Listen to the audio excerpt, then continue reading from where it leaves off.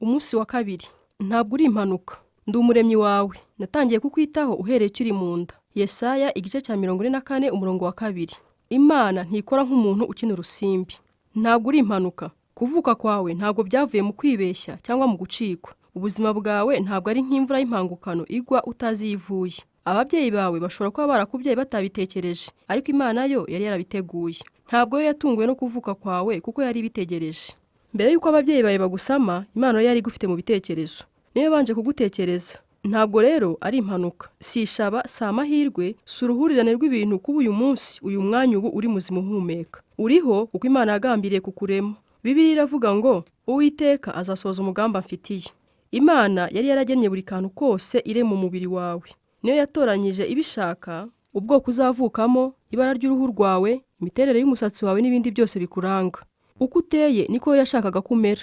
Niyo kandi yagennye bitari byaba ubwenge n'ubushobozi bwose ufite ndetse n'ibyihariye bya kamere yawe.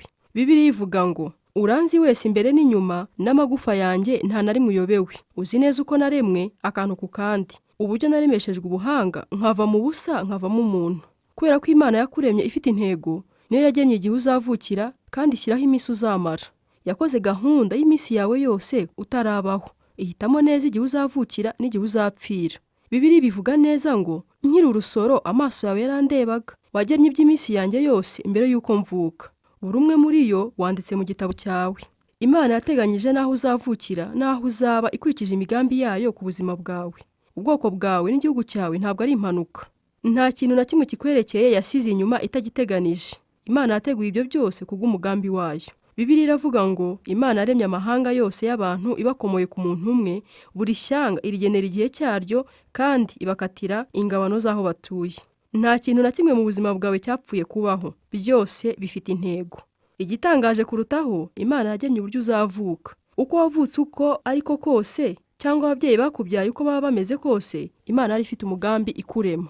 Wenda ababyeyi bawe bari beza cyangwa babi, cyangwa se ntibakwitagaho. Imana yo yari ibizi ko abo babyeyi bombe bakubyaye ari bafite muri bo ibyangombwa byo kubyara wowe uko yagushakaga. Bari bafite amaraso Imana yari ikeneye ngo ikureme.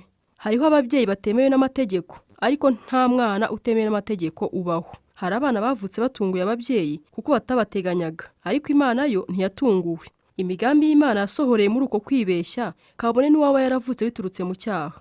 Nta kintu Imana igikora itunguwe, kandi ntigikora amakosa. Iba ifite impamvu ya buri kintu irema. Buri kimera na buri nyamaswa byagambiriwe n'Imana. Na buri muntu yaremwe, Imana imufitiye umugambi. Icyateye Imana kukurema ni urukundo rwayo. Bibiliya iravuga ngo isi itari yaremwa yari idufite mu bitekerezo, kandi yari yaradutoranirije kudukunda. Imana yatangiye kugutekereza mbere y'uko inarema isi. Urebye ni nacyo cyatumye iyirema. Imana yaremye iyi si uko iteye kugira ngo dushobore kuyibamo. Nitwe yageneye urukundo rwayo, kandi nitwe biremwa by'igiciro mu byo yaremye byose. Bibiliya iravuga ngo yatubyarishije ijambo ry'ukuri kugira ngo tube ab'igiciro cyinshi mu byo yaremye byose. Icyo nicyo kigero cy'urukundo Imana igukunda. Ako niko gaciro Imana yaguhaye. Ntabwo Imana ikora mu kajagari. Byose yabiteguye ibyitayeho. Uko abahanga mu miterere y'isi n'ibinyabuzima bagenda basobanukirwa uburyo isi iteye, niko turushaho gusobanukirwa ko yashyiriweho twe abantu ngo tubeho. Yaremwe ku buryo butuma ubuzima bw'abantu bushoboka. Dr. Michael Denton, inzobere mu bushakashatsi ku miterere y'ibigize umuntu, wigisha muri kaminuza ya Otago muri New Zealand, yaranditse ngo ibyagezweho n'ubushakashatsi mu buhanga bw'ibinyabuzima byerekana neza ko isi n'ikirere byaremewe mbere na mbere kwakira ibifite ubuzima n'ikiremwa muntu. Kandi iyo ntego nkuru niyo isobanura imiterere yose y'ibigaragara bigize isi. Bibiliya nayo yari yaravuze nk'ibyo imyaka ibihumbi mbere y'uwo mushakashatsi, aho igira iti Uwiteka yaremye isi ntiyayiremeye kubaho ubusa, ahubwo yayiremye ngo tuyituremo. Kuki Imana yakoze ibyo byose? Kuki yigoye ituremera isi yo kubamo? Kuko ari Imana y'urukundo. Bene urwo rukundo ruragoye kururondora, ariko ni urukundo rudashidikanywa. Waremewe kuba umukundwa w'Imana. Imana yarakuremye kugira ngo ijye gukunda. Uku ni ukuri ushobora kubakaho ubuzima bwawe. Bibiliya iratubwira ngo Imana ni urukundo. Ntabwo ivuga ngo Imana ifite urukundo. Ni urukundo. Urukundo nicyo kiranga kamere y'Imana. Ubundi Imana mu butatu bwayo yari ifite ubusabane buhagije, bityo ntabwo yari ikeneye kukurema. Ntabwo yari yagize irungu, ariko yashatse kukurema kugira ngo ijye guhundagazaho urukundo rwayo. Imana iravuga iti narabahetse mukiri mu nda. narabateruye mukivuka, nzabageza mu zabukuru nkibakunda, muzarinda imvi z'uruyenzi nkibaheka, ni jye wabaremye kandi ni jye uzabaheka. Iyo aba ari nta Mana iriho, twese twaba turi impanuka, twaravuye mu ruhurirane rw'ibintu bitandukanye mu miterere y'isi. Icyo gihe nta mpamvu waba ufite yo gusoma iki gitabo, kuko ubuzima nta ntego, nta busobanuro, nta n'agaciro bwaba bufite. Nta kintu cyiza cyangwa kibi byaba biriho, kandi nta byiringiro byaba biriho hirya y'imyaka mike uzamara hano ku isi. Ariko hariho Imana yakuremye ifite impamvu. Nicyo gituma ubuzima bwawe bufite agaciro gakomeye. Ako gaciro n'intego by'ubuzima bwacu dutangira kubimenya iyo dufashe Imana nk'urufatiro rw'ubuzima bwacu. Uwahinduye Bibiliya muri Message yahinduye Abaroma igice cya 12 umurongo wa 3 mu buryo bukurikira ngo uburyo butibeshya bwo kumenya abo turi bo by'ukuri ni ukumenya neza Imana uko iteye n'ibyo dukorera. Iki gisigo cya Russell Kefa kibivuga neza mu magambo magufi. Ururiwe kubera impamvu. Uri agace k'umugambi uhambaye.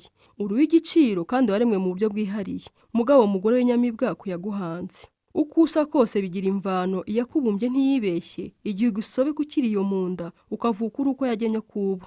Abakubyaye niwe yashimye, ubigaye ubishima uko wibwira, iyaguhanze niwe yatoye, irabasinyira ngo bakubyare. Bya bindi byose byakugoye, Imana yawe yari ibizi, yariranye nawe ubwo wari ubabaye. Nyamara byose bifite intego yo gutunganya umutima wawe ngo ufate isura yaguhanze. Hari impamvu yo kuba uriwe, wabumbwe ukuri n'iyaguhanze. Erega mukundwa jya umenya impamvu, ibyo byose ni kubw'Imana. Umunsi wa 2, gutekereza ku ntego y'ubuzima bwanjye. Ingingo yo kuzirikana. Ntabwo ndi impanuka. Umurongo wo gufata mu mutwe. Ndi umuremyi wawe, natangiye kukwitaho uhereye ukiri mu nda. Yesaya igice cya 44 umurongo wa 2. Ikibazo cyo gutekerezaho. Nzi ko Imana yandemye mu buryo bwihariye. Ni ibiki muri kamere yanjye, aho nkomoka cyangwa uko nteye ku mubiri numva ntakiri uko ndi?